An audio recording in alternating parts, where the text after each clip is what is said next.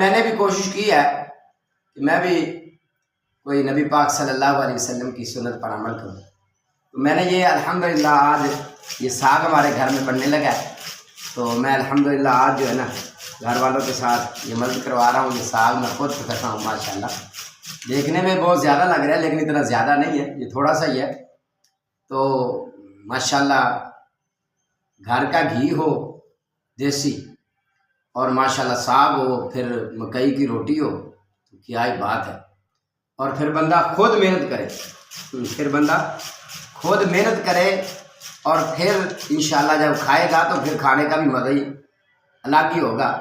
اور ویسے بھی امی جی عائشہ صدیقہ طیبہ طاہرہ رضی اللہ عنہا و ارضاہا بیان کرتی ہیں کہ نبی پاک صلی اللہ علیہ وسلم جب میں کوئی کام کر رہی ہوتی نا تو نبی پاک صلی اللہ علیہ وسلم تشریف لے آتے اور نبی پاک صلی اللہ علیہ وسلم آگے وہ مجھ سے پکڑ لیتے اور امام کائنات صلی اللہ علیہ وسلم خود کرنا شروع کر دیتے.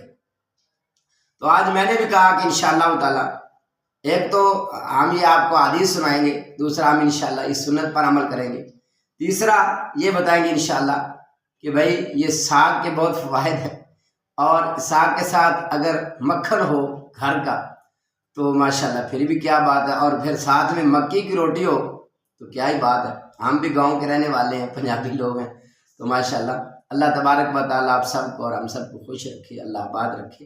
اللہ پاک اس تمہیں لمبی زندگی عطا فرمائے. یہ دیکھو یہ مشین بہت، ایک اور میں آپ کو مشورہ دیتا ہوں کہ آپ بھی اپنے گھر والوں کو یہ مشین لے کے دیں. یہ جو صاف اترنے والی مشین ہے نا، آپ لوگ بھی یہ لے کے دیں گھر والوں کو، تاکہ ان کے لیے کافی ساری مشکلات کا سامنا ہوتا ہے. سب سے بڑا مشکل کام دو کام